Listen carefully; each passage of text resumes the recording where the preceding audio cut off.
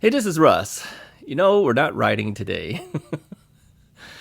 Yeah, it's been raining here and it's been cold here. So, yeah, no bike videos. I mean, there's no way I can get out there. It's just too cold and too wet. So, let's talk about some other things. We'll talk about our battery again and we'll talk about some other things. So, let's start out with the battery, okay?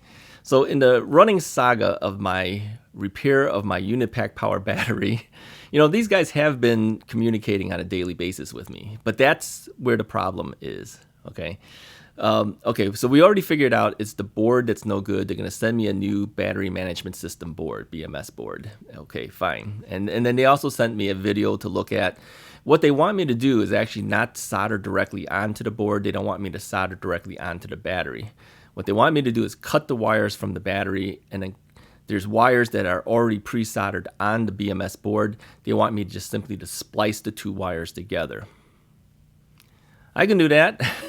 It's actually easier that way, quite frankly, but it's not as clean. I mean, having one wire directly mounted on the board rather than a splice in the middle of a wire, I don't think is as good. Now, the video that they showed me of someone doing it, they did it with scissors. They just kind of cut it. I mean, they didn't even use wire strippers. They did it with scissors, and then they used masking tape to tape around the splice.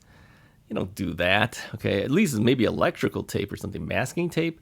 Now we're gonna do one better than that. I'm gonna go get some heat shrink, okay? So it's a shrink tube, right? So you slide it onto the wire, you make your connections, you solder. They didn't even solder the connection. They just did a physical connection. They just wrapped it. That's the most dangerous way to do it. I'm gonna solder that connection. I'm gonna slide that heat shrink tube over it, and then I'm gonna heat shrink it. So that is really the best way, I think, to deal with it. I mean, if you don't use heat shrink, then maybe electrical tape at least, right? But and you gotta solder it. I mean, what are you gonna let this thing bounce around in while you're riding, and then it's gonna disconnect? Come on, poor way of doing it. And really, for them to show that is not a smart thing. What they should do is after the Russ's Ride channel makes the video of how I'm actually doing this repair, they should use that. They should recommend that video for people to watch. So keep tuned for that. Now, okay, so another thing too is, they are about 13 to 14 hours away from us. So when we're sleeping, they're working. When they're working, we're sleeping. It's hard to make a communication with them, but they have been communicating with me daily. So the first thing after they determined that it's the BMS board, they wanted me to take measurements of the battery. I did all that stuff, and then they said, okay, we're going to send you a new BMS board. And so I said, okay, can you also send me a replacement switch, because I prefer the toggle switch over the push button switch. I think that's pretty clear. I mean, one's push button, one's toggle. How could you mistaken? So she sends me back and says, did you want the plastic switch or the metal switch? Okay, the push button switch is metal. The plastic switch is the toggle. If I tell you it's the toggle I want, not the push button, isn't that clear enough? So I send back and I said, no, I want the plastic one, I guess.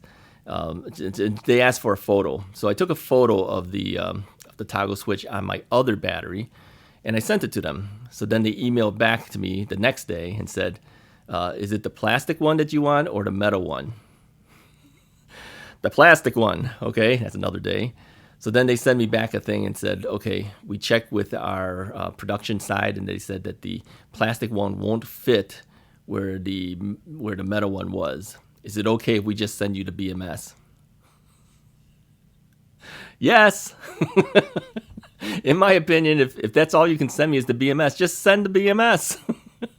I mean, you don't even have to ask me. I mean, here's what you can do. You can start shipping the BMS, and then tell me we can't ship you the switch because it won't fit, so the BMS is already on its way to you. That would save a day, right? So here it's been over a week now. We've been talking back and forth about this thing. We could have solved this thing after maybe 2 communications on the email, not a whole week's worth of emails going back and forth. So they claim 10 to 12 days I should get the board. We'll see, all right?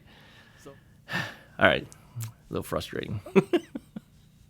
So what are we going to do during this time period where we have lousy weather? Well, yeah, we're just going to talk about bikes. Now, let me tell you something else that's been kind of exciting for me. Now, I want to first off say thank you to everybody who's used my discount code from RAD Power Bikes to order your own bikes. You get $50 off when you do that. It's in the description of all my e-bike videos. You can see it on this one too.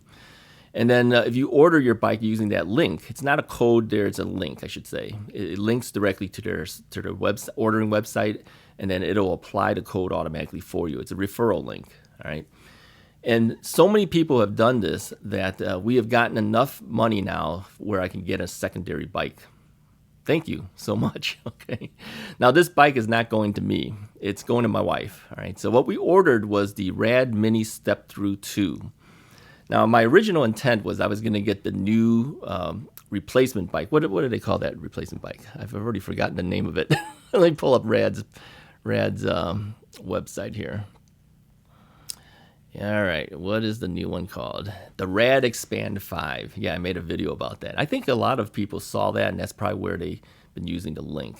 But yeah, when that bike first came out, it was $1,299. I didn't realize that was going to be an introduction price. It didn't last that long. I think a couple of weeks later, they upped the price to $1,499.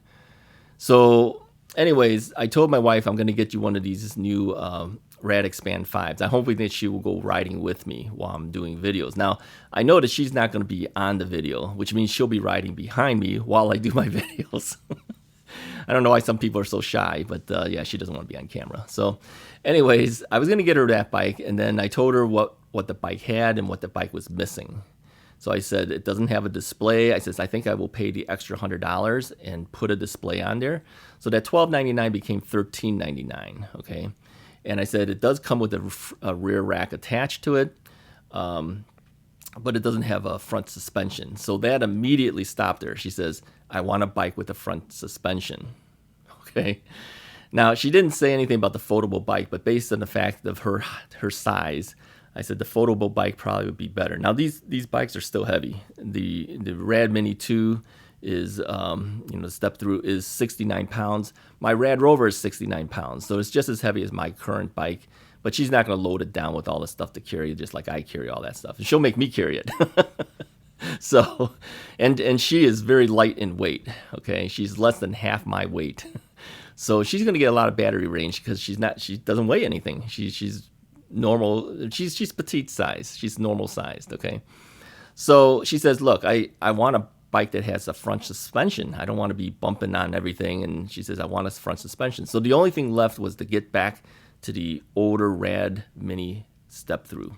And so we were saving up the money, and I says, well, we don't have enough money to get it yet, and people are still ordering their bikes. And so we get $50 as a referral commission, and you get $50 to savings on your bike. So many people started ordering. I says, I think we're going to have enough money to actually buy a bike if we wait long enough. But the problem is they're going to discontinue those bikes. So I think Rad, because of probably the cookies that are on the website, knew I was looking at this bike. And so an email came out on Friday saying, look, if you don't order your bike soon, you may not have any bike, right? So I told her, I says, look, we're shy by X amount of money. I says, do you want to order this, or do you want to wait and just get the RAD Expand 2? And she said, order it. She wants that suspension. She doesn't care if it's last year's model. She says, I just want that suspension. So we placed the order. We paid the difference in money. They also had a promo that if you ordered a bike, you can get a free front basket. So we got a free front basket. The vast majority of the money needed to buy the bike was purchased using the credits that were given to us because you guys had purchased your bikes. I appreciate that very much. Otherwise, we probably wouldn't be able to get her bike. And so now she has a bike coming. Now, originally that bike said that it was shipping in 2 days. Then it said it was going to ship by April 4th, and which is what ours was when we placed the order. And then I noticed a day or two later it says it's going to ship by April 11th, and then a day later it says out of stock. So I think they're done. So I think once it hits out of stock status, you can't even place an order. So I think everyone who placed their order on Friday or Saturday prior to people who got their bike or getting their bikes, and then everyone else, I think they're out of luck at this point. So the only thing available now is the RAD Expand 5. So do I still think that that's a good value compared to the RadMini? And I would say it does seem like you're missing things on this bike at the $1,499 price. When it was $1,299, I thought it was a pretty good deal for a bike because some people don't need the display. Some people could care less about the front suspension. You know, you went from a 3-inch tire to a 4-inch tire. It might help some of it, but I think the suspension still adds quite a bit to the feel. So you do get a rear rack versus you have to buy a rear rack. We still have to buy a rear rack. We're going to still order a couple things. So as the people are still buying things with the discount code, we're going to use some of those monies as they come in now to try to afford to get the rear rack and then like a mirror. She wants to get the cell phone holder that they offer. I personally think the one that I have is better than the one that RAD offers, but she says if we can use the credits to get it, why should we pay the money to get it? Personally, I think the one that I use, which I have links in the description below of all my e-bike videos, I think that's actually a better unit. I mean, it doesn't look like it's made as well. You know, the one that they're selling is like all metal. This one is metal and plastic, but the way it grips my cell phone, I could fall off that bike, and I have 3 times. The cell phone doesn't come off. I don't know if that would be the case with the one that they're selling from RAD. But my wife is the type that says, you know, why spend $18, $19 out of your own pocket if you can get one that costs like $29 or something that some credit pays for? That's how she see it. I don't see it that way. I say, do you want to risk your expensive phone to fall out of that holder, or do you want to get the one that you have to pay $18 for? That's how I see it, things. Okay, we don't see eye to eye on certain things. Her things is always save the money. My things is get what you need to get, even if it costs you a few dollars. So anyways, we'll see if we end up getting that cell phone holder. But that's the updates. Her new bike will eventually come here. It hasn't shipped yet. They have shipped the basket already because they had that in stock. They don't have the rear rack in stock. I'm actually going to have to be waiting for the rear rack in black. And when that comes in again, then I can order again. I'm pretty sure they're going to restock these because there's so many people who have RadMinis, and eventually they're all going to want racks and things too. So I'm thinking they're going to restock it. So that's the story. I'm sticking to it. So thanks again for the bicycle. Is that money being thrown back into the channel? In a sense, yes, because we'll be able to ride more because now she's going to be able to come with me. We're going to stick that inside her SUV. I'm going to see if we can actually roll it in without actually folding the bike because it's a foldable bike. I think if we put the handlebars down and put the seat down, it might actually roll into the back of the SUV. May have to use some type of ramp system to roll it because it's better than folding it and having to lift it and everything.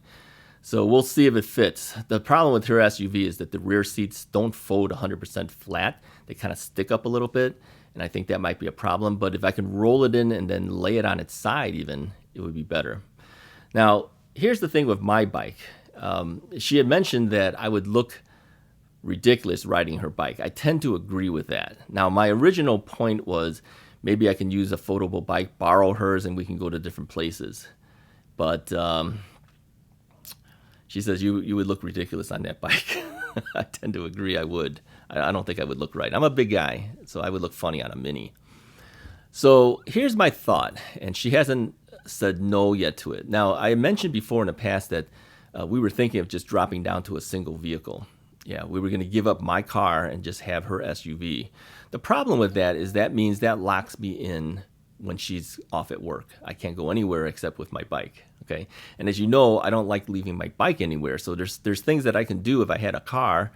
So my lease had finally come up and finished by the middle of April. I had to make a decision. So I told her, says, look, we're going to have to decide because Hyundai keeps asking me, do you want to keep your car? Do you want to sell your car? Do you want to lease your car, a new one? You want to buy a new one? What do you want to do? So she finally said, keep the car, go buy it. All right. So I got to keep my car. I went into the dealership and paid for it in full. Now, the funny thing is he tells me that most people don't pay for it in full, even though it's a end of lease purchase. They usually finance it, but I says, no, I'm just going to write you a check. I asked him whether I could put a credit card on it. He says you can put up to $3,000 on a credit card. So yeah, I gave him my Costco credit card. Why not? It's a Visa card, And so whatever percentage I give, I think it's only like 1%. So I get 1% back. It's better to get $30 than nothing, right? So I put $3,000 of it on a credit card, and then I wrote them a check for the remaining. And I asked them, can I just write a personal check, or do I need a cashier's check, or what do I need to bring? He says personal check is fine, but they have to do a credit check on you. I'm thinking, why? I'm giving you all the money. Why do you need a credit check on me? But apparently they got to make sure that your check is worth taking, that you don't bounce checks or something, have bad credit or something like that. So yeah, our credit is extremely good. I'll just put it that way. It's among the highest you can get. Let's say that, okay? So I had no fear, but I had to sit there, and I gave him a time limit. I says, okay, look, when I came to lease my car the first time, it took a certain amount of time. The second time I could lease a car, this is the same dealership. Second time I leased a car, I timed it. It took an hour and a half. I told them I wanted to get in and get out. I'm not buying anything else. The third time, and again, the same salesperson that I did for the last time of that, he did it in an hour. He knew he was timed. He knew he had to beat the record. So this time I'm coming in to buy the car. That other person has now moved off to another dealership. And the new guy says, I'm going to see if I can break the hour. He didn't break the hour. It took an hour and a half. But admittedly, they had a lot more people in there buying cars, and that slowed finance department down a little bit. So finance guy did his best to try to sell me stuff, but I said, look, I'm not going to buy anything. Let's just move it on. Took him an hour and a half. I was out of there. Okay. So now going back to the bikes, I said, well, if we put your bike in your SUV, if we got a rear rack, I could actually just bring my own bike. I don't need a Mini or anything like that. If I can transport my actual bike, it won't make a difference. She says, you're not putting a rear rack on my car. She doesn't want that trailer hitch. She says, put it on your own car. Now, the fact that she says that means there's a glimmer of hope. Maybe I might be able to put it on my Hyundai Elantra. That's what I'm driving. Okay. So anyways, I said to her that, if we do it this way, you realize that we'd have to drive two cars if we wanted to drive and go someplace further, because her car would have her bike in the SUV inside. My car would have my bike on the rear rack. Didn't seem to bother her that much. She said she'd rather do that. She really doesn't want to have a hitch on her SUV. I don't think she realizes really it doesn't get in the way. If you don't put the rack there, it doesn't really get in the way, but she doesn't want it on her car. She says, you put it on your car if you want it. So the fact that she said that this is something that I can consider doing might mean she's okay with me finally putting a rack on my car. Now, the fact that we didn't know that I was going to buy this car and that we might actually return it and just drop down to one car, we couldn't consider a rack. But the fact that now that I actually have the car and now we own that car rather than leasing another car, I might be able to do it. So we'll see. Keep buying your bikes, all right? Use that $50 discount code. I'm going to use the $50 that comes to me, save up enough of it to be able to try to afford a rear rack. Anyways, that's all I have to tell you guys. I know it was a long story, but I needed to get the story out somewhere. And since we're not riding, this is the time to do that. If you like the video, go ahead and hit the like button, hit the subscribe button, hit the share button, hit all those things. Talk to you guys next time.